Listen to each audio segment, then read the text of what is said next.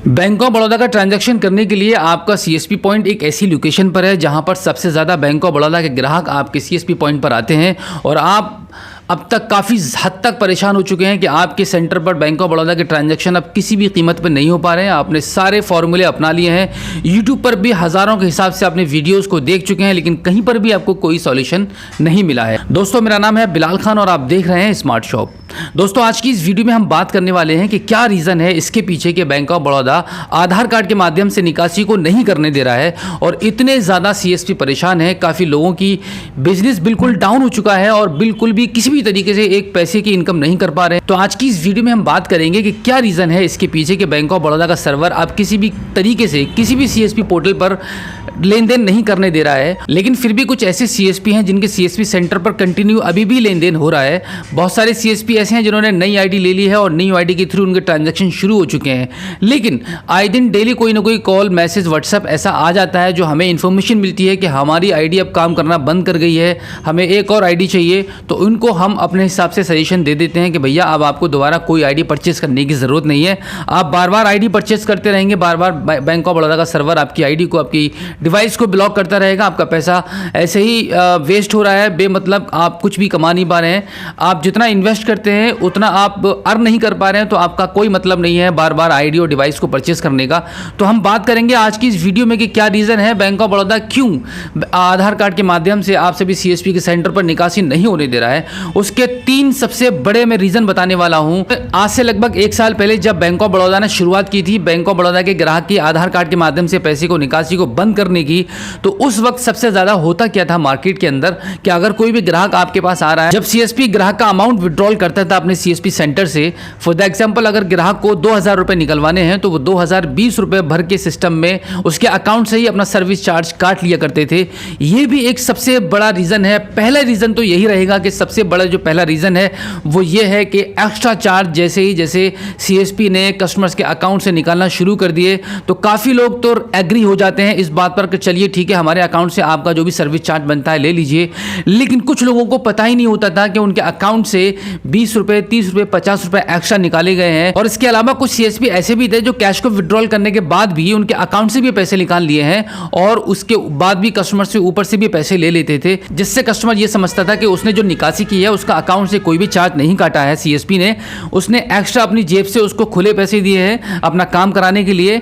लेकिन जब उसकी पासबुक प्रिंट होती थी तब उसको पता चलता था कि सीएसपी ने हमारे अकाउंट से अंदर से भी पैसे काटे हैं और ऊपर से भी पैसे लिए हैं। तो कुछ ऐसे कस्टमर्स ने जिनकी जानकारी में ये चीज़ नहीं होती थी, उन्होंने बैंक जाकर कंप्लेंट की है। बैंक के पास बहुत सारी कंप्लेंट्स इस प्रकार की मिली है और बैंक परेशान हो चुका था कि काफ़ी सारी कंप्लेंट्स ऐसी आ रही हैं कि आप कुछ सीएसपी मार्केट में ऐसा भी कर रहे हैं कि ग्राहक का अंदर से भी पैसा निकाल रहे हैं। यहाँ पर एक बात मैं आपको क्लियर कर दूँ कि जब आप कस्टमर से पैसा लेते हैं वो इलीगल मनी होती है, वहाँ पर आपको कस्टमर से पैसा लेने की कोई भी ज़रूरत नहीं है, क्योंकि बैंक को ये लगता है कि हम सीएसपी को कमीशन देते हैं पर ट्रांजेक्शन के हिसाब से। जिस भी कंपनी का आप एईपीएस संचालक हैं वहाँ पर आपको कमीशन मिलता है। तो यहाँ पर आप कस्टमर से, आप चाहे अकाउंट से पैसे ले रहे हैं या कस्टमर से ऊपर से पैसे ले रहे हैं, वो बिल्कुल इलीगल मनी है, वो आपको किसी भी कीमत पर सर्विस चार्ज के नाम पर भी नहीं लेनी चाहिए। तो अभी हम दूसरे रीजन की तरफ बढ़ते हैं कि क्या है दूसरा रीजन जिसकी वजह से बैंक ऑफ बड़ौदा ने आधार कार्ड के माध्यम से निकासी को बंद कर रखा है। सबसे बड़ा रीजन यह है कि अगर ग्राहक के अकाउंट में 1000 रुपए का बैलेंस पड़ा हुआ है तो ग्राहक वो बैलेंस भी उसको चाहिए होता है, वो निकालना चाहता है और अपने अकाउंट को जीरो कर देता है। इस हिसाब से बैंक ऑफ बड़ौदा के जितने भी ग्राहक थे, मैक्सिमम ग्राहक ये कर रहे थे कि अपने अकाउंट से 1000, 500, 600, 200 रुपया, 100 रुपया भी इवन अगर उसके अकाउंट में पड़ा है तो वो भी वो निकालने की कोशिश कर रहा था। तो इस वजह से बैंक में बिल्कुल भी पैसा नहीं बच रहा था ग्राहक की। तो बैंक को ये लग रहा था कि अगर ऐसा होता रहा तो बैंक बिजनेस नहीं कर पाएगा, क्योंकि बैंक भी आपके पैसे से ही बिजनेस करता है। आपके अकाउंट में जो भी बैलेंस मेंटेन है, आप अपने अकाउंट में जो भी बैलेंस को रखते हैं उस पैसे के थ्रू बैंक अपने काम करता है, अपने बिजनेस में लगाता है, जिससे कि आपको इंटरेस्ट भी मिलता है, बैंक के एम्प्लॉय को सैलरी मिलती है। काफ़ी सारे बैंक के ऐसे खर्चे हैं जिनको आपके पैसे से इनकम करके पूरा किया जाता है। इस वजह से ये सबसे बड़ा रीज़न रहा है बैंक का एईपीएस को, निकासी को बंद करने का, क्योंकि काफ़ी सारे कस्टमर्स ऐसे हैं, क्योंकि लाखों की तादाद में कुछ ऐसे ग्राहक हैं जो अपने अकाउंट में बैलेंस को रखना बंद कर रहे थे। बिल्कुल भी पैसा नहीं होता था उनके अकाउंट में। अगर 100 रुपये भी पड़े हैं तो वो भी उनको निकालने की ज़रूरत पड़ जाती थी। तो दोस्तों बैंक ऑफ बड़ौदा का ये भी एक सबसे बड़ा रीजन है आधार कार्ड के माध्यम से निकासी को बंद करने का। ग्राहक के अकाउंट के मिनिमम बैलेंस को भी विड्रॉल करने पर बैंक को घाटा हो रहा था, बैंक को कोई भी प्रॉफिट नहीं हो पा रहा था। इस वजह से बैंक ने ये कदम उठाया है कि अब आधार कार्ड के माध्यम से मिनिमम निकासी हो पाएगी, चुनिंदा लोग ही निकासी कर पाएंगे, हर किसी को अब ये राइट नहीं मिलेगा बैंक ऑफ बड़ौदा के थ्रू ट्रांजैक्शन करने का। अभी हम आगे बढ़ते हैं अपने तीसरे पॉइंट की तरफ कि कौन सा रीजन है तीसरा बड़ा रीजन जिसकी वजह से बैंक ऑफ बड़ौदा को मजबूर कर दिया इस एक्शन को लेने पर कि अब निकासी नहीं होगी। और वो तीसरा रीजन है कि कस्टमर्स के अकाउंट से मल्टीपल ट्रांजैक्शन करने का।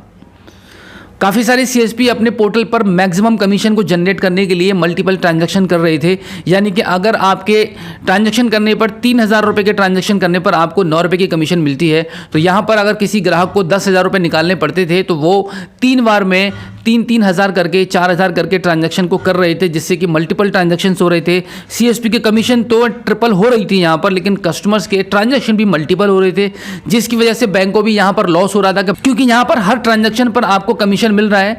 कंपनी को इसमें कोई भी घाटा नहीं है, क्योंकि कंपनी को भी आपके ट्रांजैक्शन के करने पर इनकम हो रही है। तो यहाँ पर रिजर्व बैंक ऑफ इंडिया ने यह एक्शन लिया कि इस प्रकार के मल्टीपल ट्रांजैक्शंस को रोकने के लिए किसी न किसी बैंक को एक्शन लेना पड़ेगा।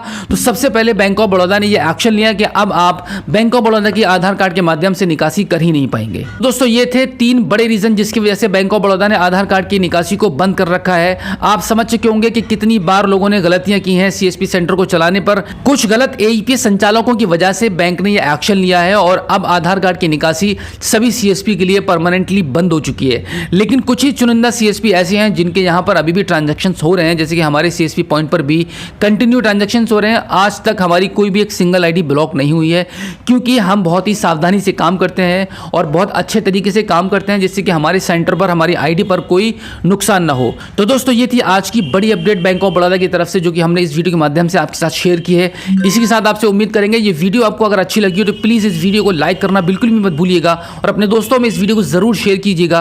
और इसी के साथ मैं आपको बता दूं, अगर आप पहली बार हमारे स्मार्ट शॉप यूट्यूब चैनल पर आए हैं और अभी तक आपने सब्सक्राइब नहीं किया है तो प्लीज़ एक बार सब्सक्राइब कर लीजिएगा और बेल आइकन को भी प्रेस कीजिएगा। तो चलिए दोस्तों, मिलते हैं आपसे किसी और एक अगली वीडियो में एक नई जानकारी के साथ, एक नई अपडेट के साथ और एक नए जोश के साथ। तब तक के लिए जय हिंद।